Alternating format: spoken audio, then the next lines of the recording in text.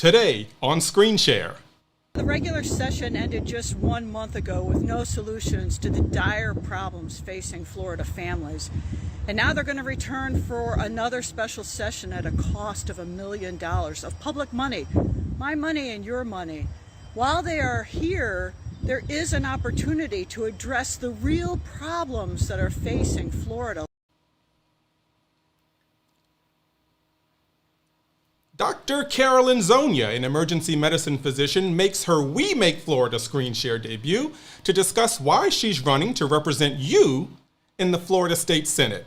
So on today's show, we'll get into who she is, why she's running, what made her think the political streets were the best route to deliver a family-first agenda. You can see her there in the corner. And how she plans to claim victory in a state Senate election that is predicted to deliver some electoral surprises in November. I can't wait to get into that story. But we begin Screen Share with the very exciting news out of Washington over the last couple of weeks. People across different races, workplaces, varying economic backgrounds, and even across generations came together to demand and create better lives for our families. And 2 weeks ago, President Joe Biden, along with Secretary of Education Miguel Cardona, issued an executive order which will forgive $10,000 worth of federally backed student loan debt across the board, and $20,000 if the borrower, qualified for Pell Grants.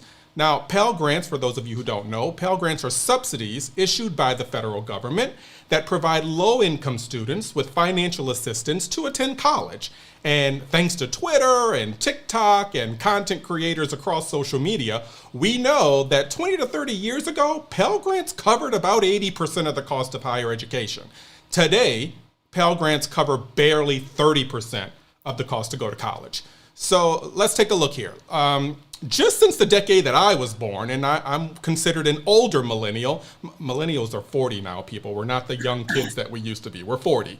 You can see how small the difference was between what college cost and what low-income families had to pay. And trend that to today, where the public college costs have doubled, sometimes even tripled in some instances, whereas Pell Grant awards have stayed at the same level for the past 40 years. So when those 60-year-old crabby folks on Facebook talk about how, I struggled to pay my student loans off and my tax dollars shouldn't be going to pay off other people's student loans, I'm like, really? You went to school when the taxpayers picked up 80% of the tab. Now the federal government only picks up about 20% of the cost, which means poor and low-income people have to borrow the rest. Like me, I had to borrow the rest. So the gall of some 65-year-old multimillionaire telling a Target employee with like $35,000 in student loan debt, making maybe $13 an hour, just suck it up, pay your bills, pay them like the rest of us did, when literally the taxpayers paid 80% of your college costs. I'm talking to you, Sean Hannity. Give me a break. So this phenomenon has created a system where American students are now saddled with $2 trillion in student loan debt. That's trillion with a T, not a B. Student loan debt has now eclipsed American credit card debt. The student loan debt in Florida totals nearly $100 billion. So think about it. The budget for the entire state of Florida is $101 billion. So let that sink in for a second. Florida student loan borrowers owe the same amount of money as the entire state's budget. Now, if we were Vermont, Delaware, New Hampshire, one of these tiny states, maybe that wouldn't seem as bad. But like Florida is the third largest, most populous state in the union. So do me a favor, check your own state's total student loan debt and compare it to the state's budget and post it in the comments. If we get some good responses, I'll bring them up on the screen. But to make matters worse, only 30% of Floridians even go to college. So 30% of the people in Florida are saddled with more educational debt than the entire $100 million budget of the third largest state in the union. This has got to change. And student loan debt is as much of an important topic as anything else. That's why I dedicated the entire first episode of the We Make Florida podcast to fixing the student loan debt crisis. If you have not heard it, go listen wherever you get your podcasts, Spotify, Apple, Google, SoundCloud, it's there.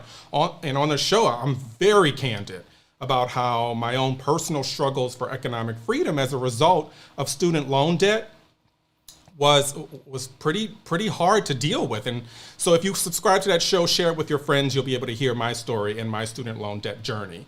Because I kind of think that when people's opinions shift and they evolve when they personally know someone who may be impacted by crippling student loan debt.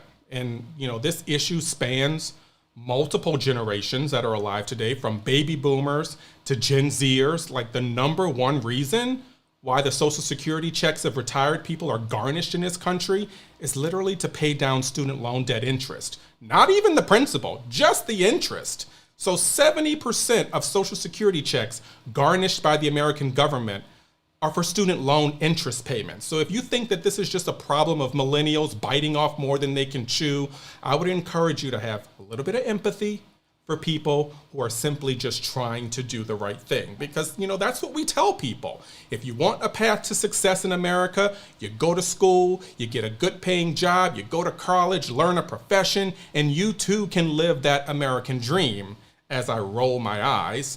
So by charging endless interest on student loans, people are forced to pursue this education. We've got billionaire bankers that are keeping Americans from providing a better life for their families. And they block the freedom of all of us to learn what really is required to make this country what it needs to be, to remain the greatest economic superpower in the world. So by resolving a tiny, itsy-weensy, teeny bit of student loan education debt, we protect our freedom, our families, and our future.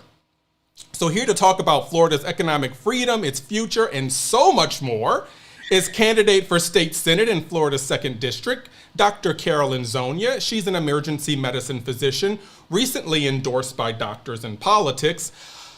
It's a political organization that uses hope and unity to change how we practice healthcare in America. Carolynn, welcome to Screen Share. BJ, thank you so much for inviting me. I've been looking forward to this so much.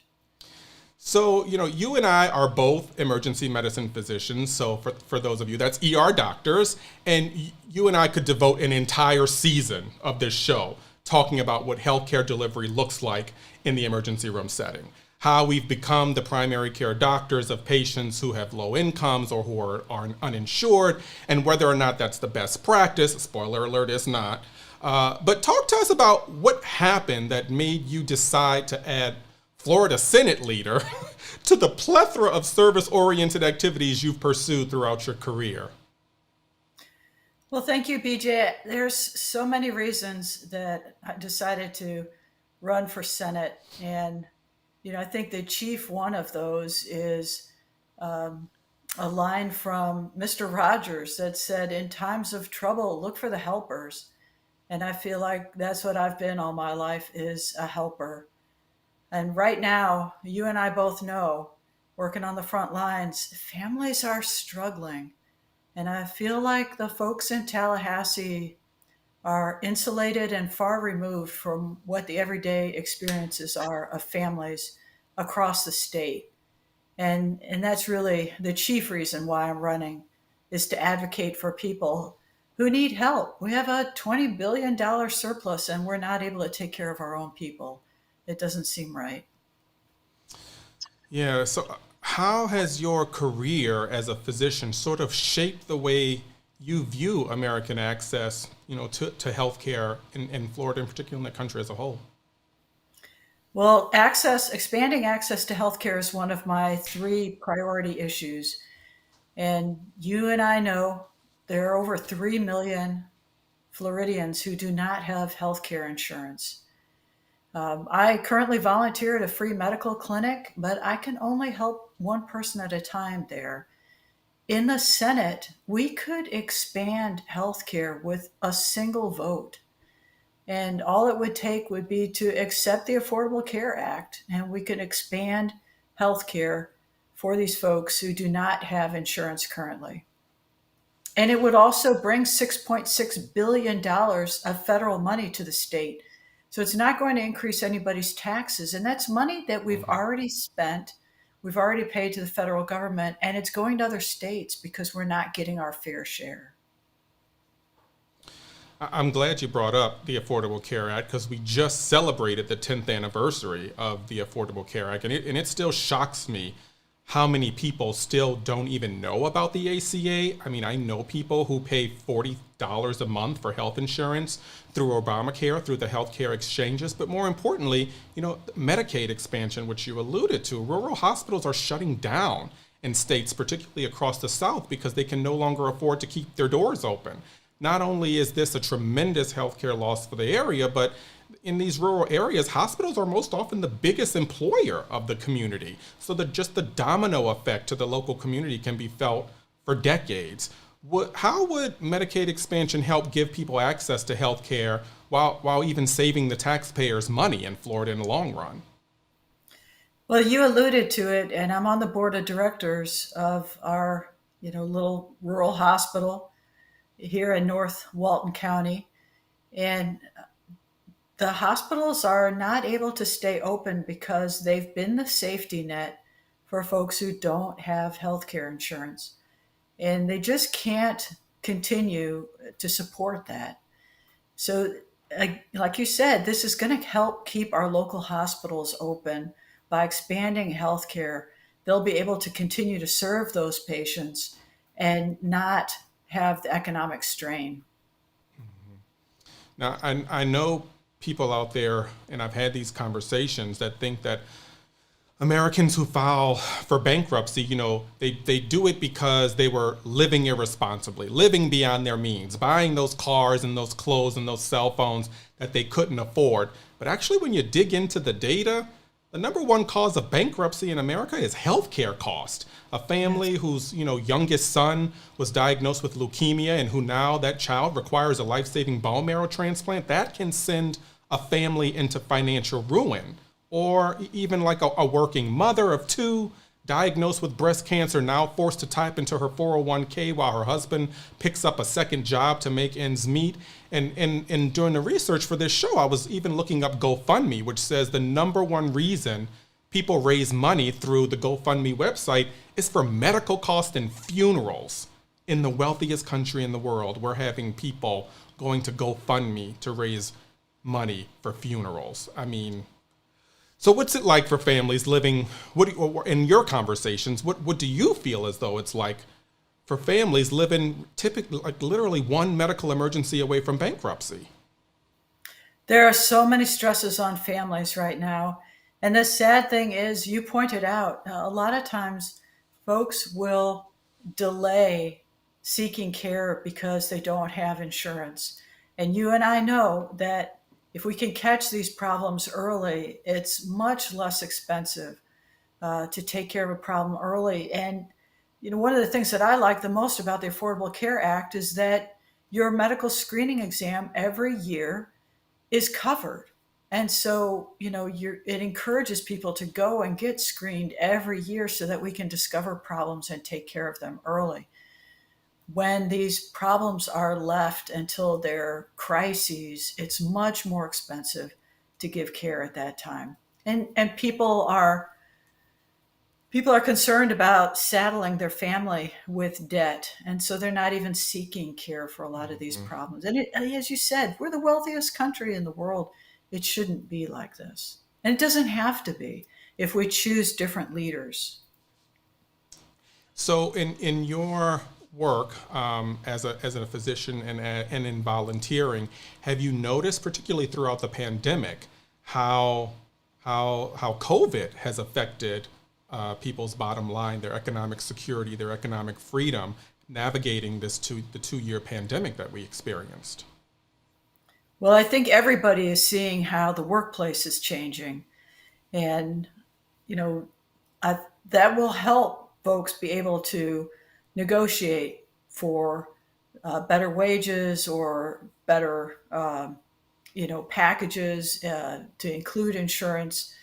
There's that possibility. But one of the things that I heard over and over again throughout the pandemic as I was volunteering to do COVID testing and then give vaccinations twice a week is a lot of people very concerned that the pandemic was politicized and disappointed about that. And suffering because their family members and friends were sick or had died because of the political infighting over the pandemic.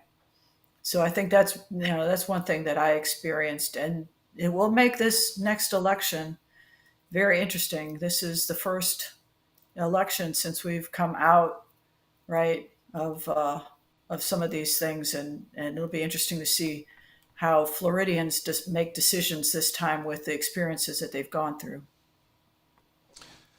So we're gonna make a quick transition to housing, and that's gonna be after the break. So coming up after the break, we're gonna talk about housing affordability crisis and how a handful of politicians are allowing corporate developers to play Russian roulette with Florida's housing market. Back in 60 seconds.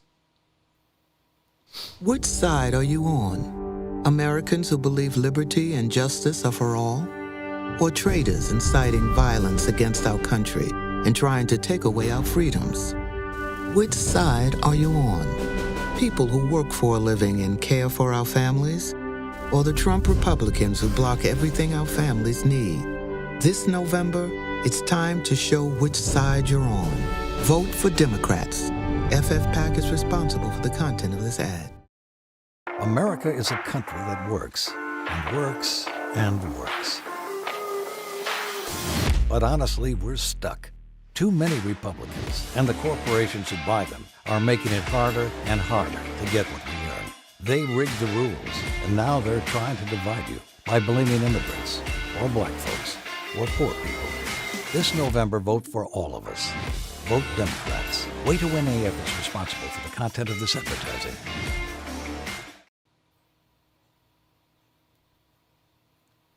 Whether you're from Pensacola or Panama City, destined to Defuniak Springs, working families really do deserve a safe and comfortable place to call home.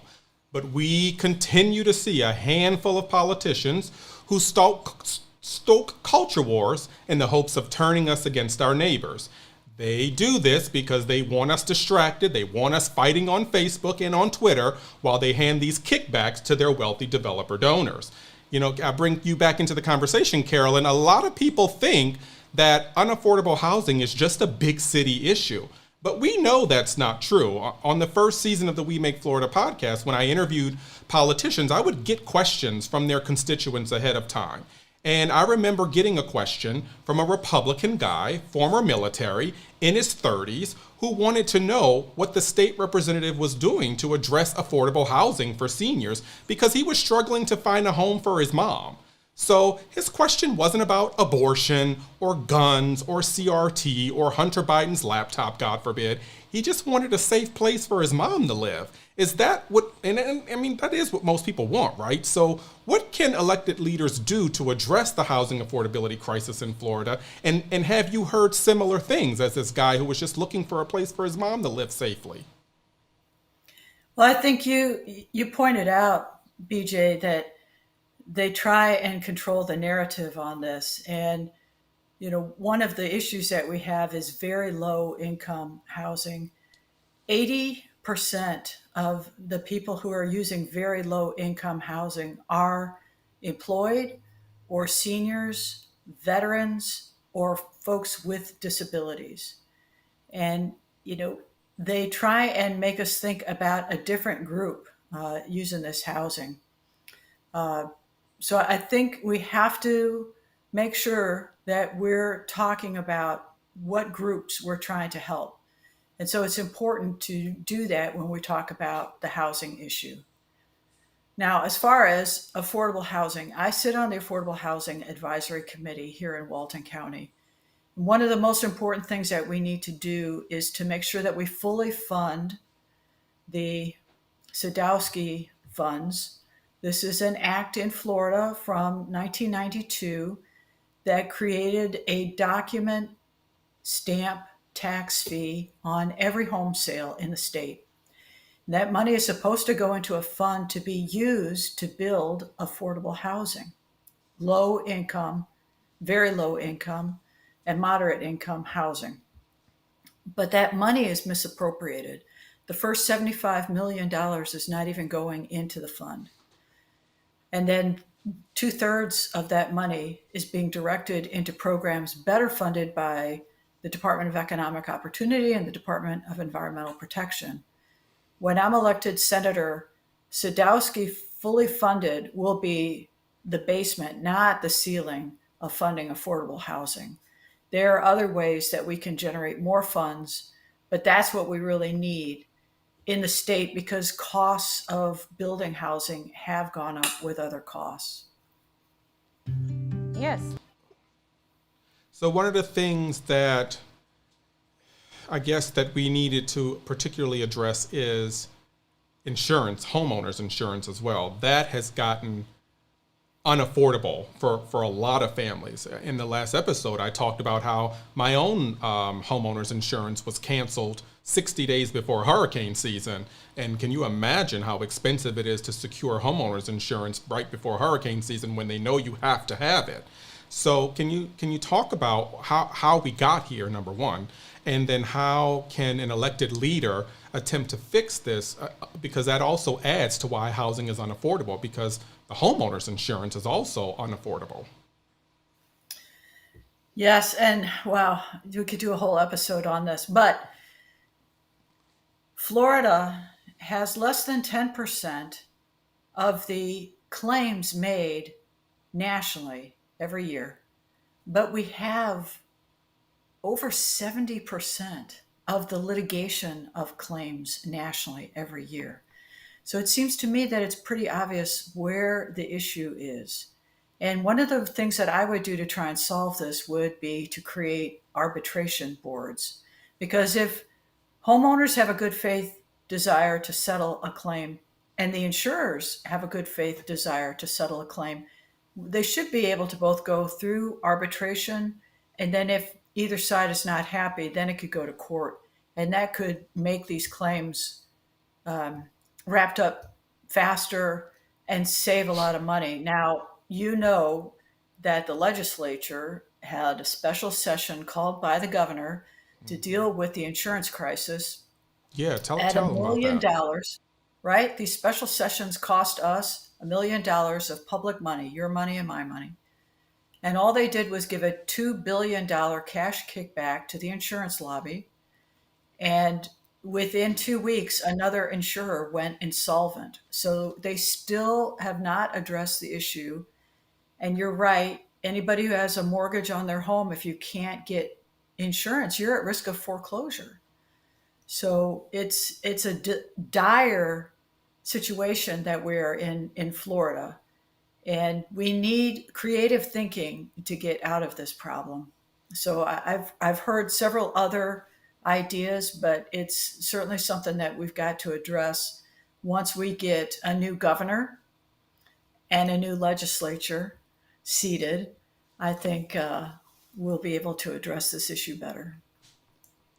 One of the other things that I and I hadn't planned to ask you this, but one of the other things that I have also heard from particularly people in the Panhandle, which is where we both live, is that people are okay with growth. People don't mind growth. They love economic growth in the community. What they are having issue with is land developers and special interest groups coming in and building these 1,000 home, 700 home subdivisions with no investment in the local infrastructure, no plan to expand the schools. When are we going to build a new school, expand the roads to accommodate the traffic? And so I think this is a strong bipartisan issue that I've heard from people on both sides of the aisle complain about when it comes to expanding in order to provide housing that actually really isn't affordable. It's unaffordable housing that's being expanded, and the infrastructure is crumbling in the process. Have you heard anything about that? Yeah, I think that's an excellent issue to bring up because actually Florida has one of the best comprehensive land use management plans in the nation.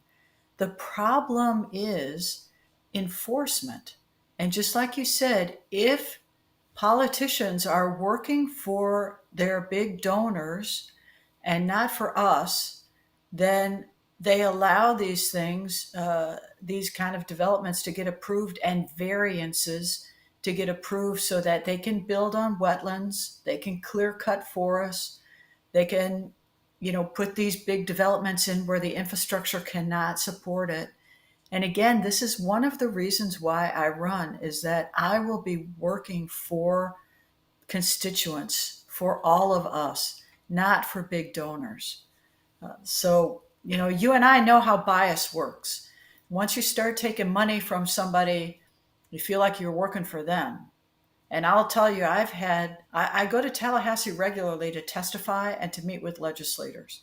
And I've sat in many a legislator's office waiting for my assigned appointment that I've made weeks in advance, and watch the insurance lobby representatives go in and out like family. So it's no wonder to me that we have some of the problems that we do. Again, we just got to choose different leaders. It's the complicated web we weave.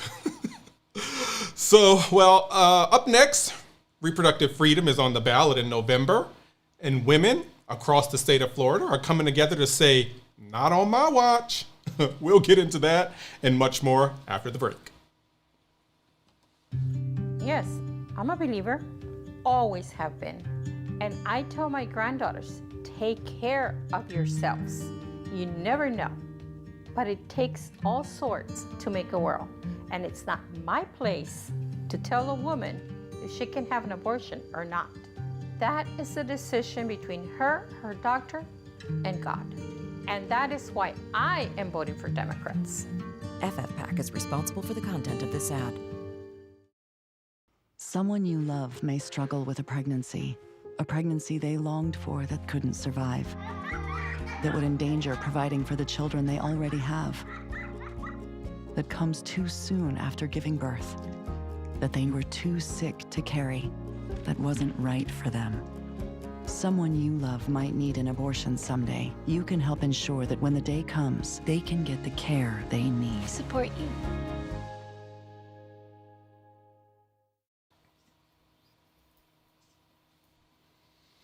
Thanks for sticking around. Most of us, regardless of where we live or what we look like, believe that, we should decide for ourselves whether and when and how many children to have. But for decades now, a small group of out-of-touch politicians have tried to demonize people who seek reproductive health care. And they do this by passing laws that restrict our freedom to see the doctors of our choosing. Now, in Florida, we used to have the freedom to decide if, when, and how to grow our families. But that's changing. Back with me to discuss is Dr. Carolynn Zonia, an emergency medicine physician and now candidate for Florida State Senate. So, Dr. Zonia, what have you learned in the months following the recent threats to reproductive freedom in Florida, and how can leaders sort of right this ship and restore the concept that women's healthcare decisions should really be between her and her doctor? Well, thank you, BJ. Again, you and I know as emergency physicians, probably better than many people, that every pregnancy and every situation is different. And we don't always know all of the factors that go into a woman's decision. But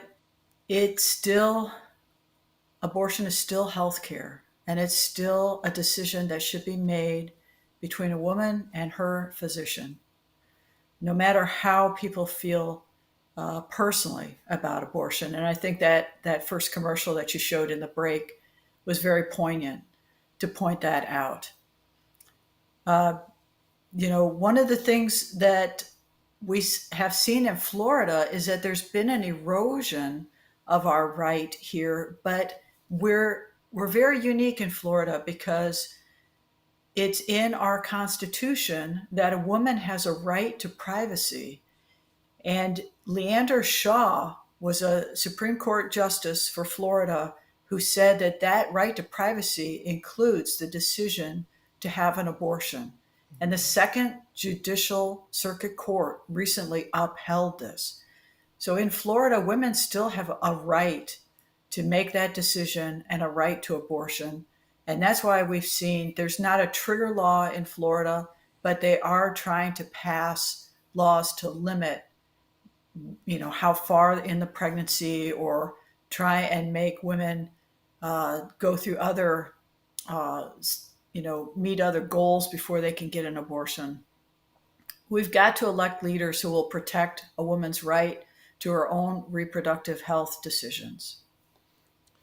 And in my conversations with other people on this as well, what I am finding is that personally, there is a little bit of a split when it comes to people's personal feelings about whether or not they support the idea of a woman being able to have an abortion.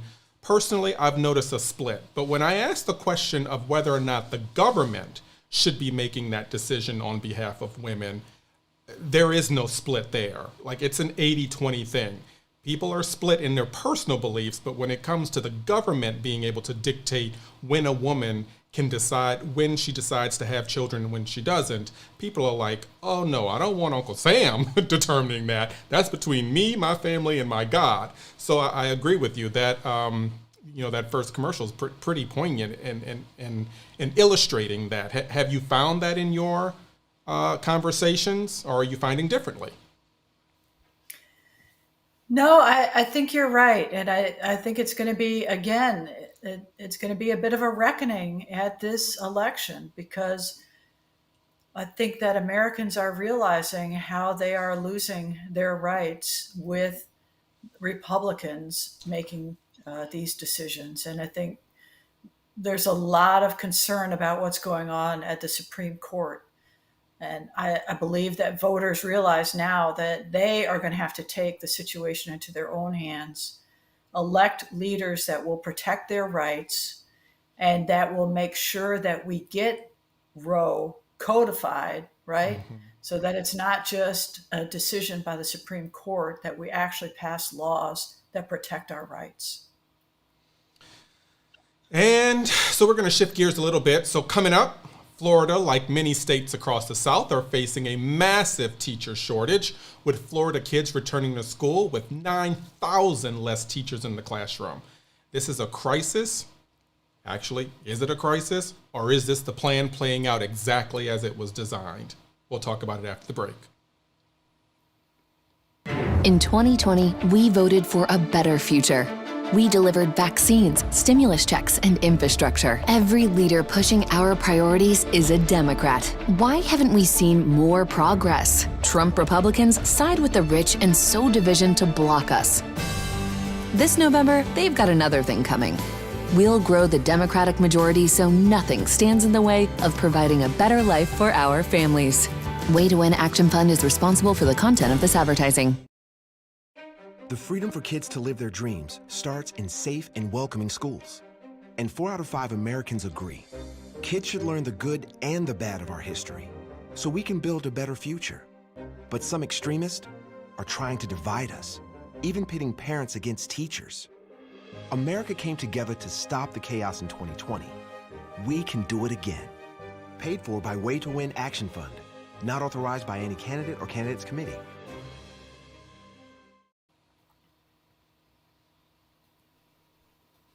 We're back, and Carolyn, teachers and principals, school board members, superintendents, they have really come under a lot of attack and scrutiny by a small group of people who, in some instances, don't even have children in public school.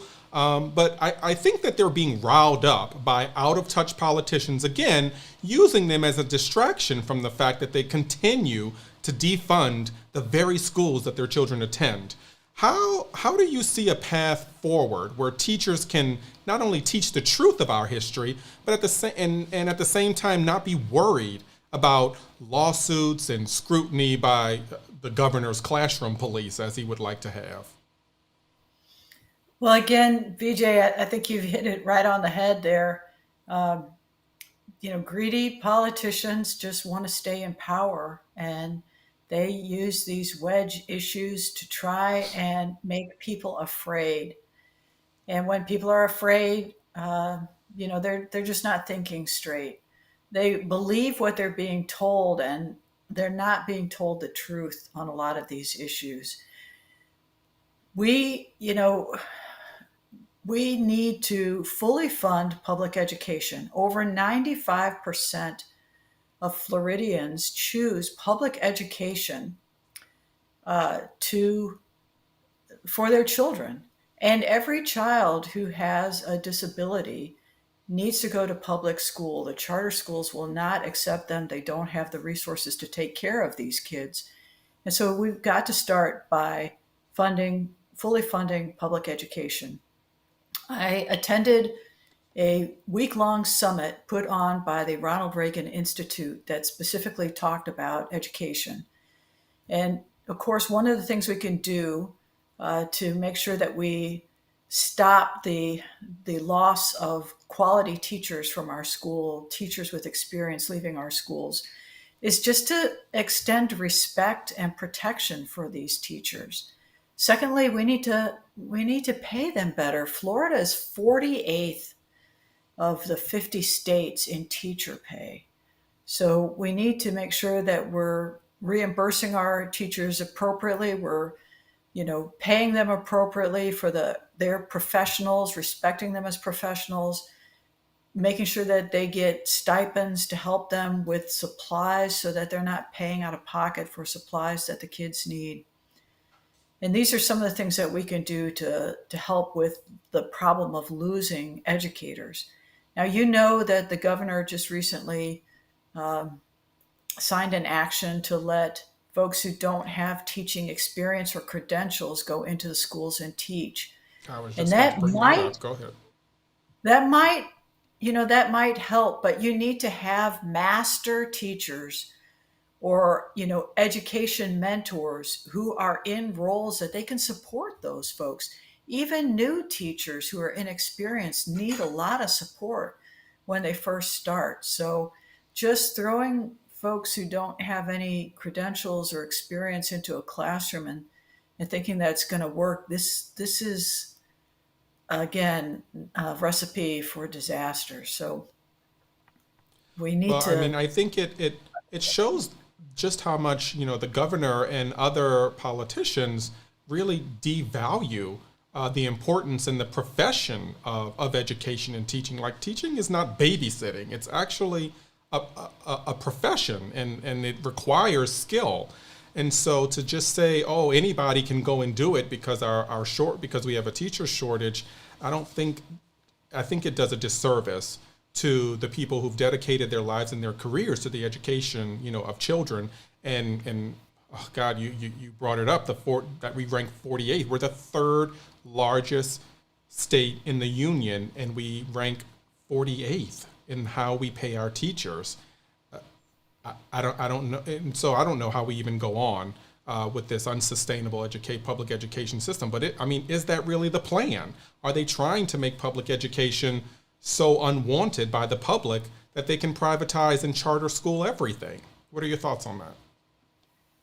Well, I think that, we have to look at that. But the other thing that we need to do is we've got to look at where this $101 billion budget is being spent. And that is my plan, to put families first. We do a lot for big corporations in this state, but not enough for our families. And part of that is fully funding education. We don't need to increase taxes to do the things that we need to do to support families, seniors, veterans, family farms, small business. None of these folks, I believe, are prioritized under the current governor and legislature. And it's just a matter of changing the priorities, right? You can tell what somebody's priorities are by looking at the budget.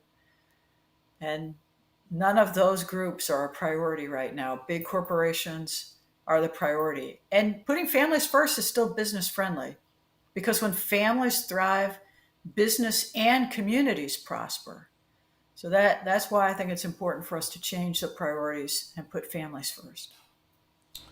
That is a perfect way to end this live stream. That's going to wrap it up for us. Dr. Carolynn Zonia, I appreciate you so much for coming on this little live stream that could, in our second episode. Tell the people that are watching how they can get in touch with you, how they can volunteer for the campaign, how they can donate if they so choose to. Let them know. How can they find you on the socials?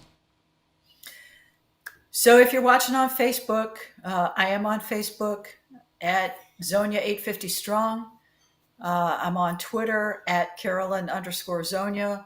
Webpage Zonia4SD2.com. Please, follow me on Facebook if you're on Facebook. Check out the webpage. There's some great stuff there, including every member of my campaign team signed a code of ethics that we all agreed to uphold.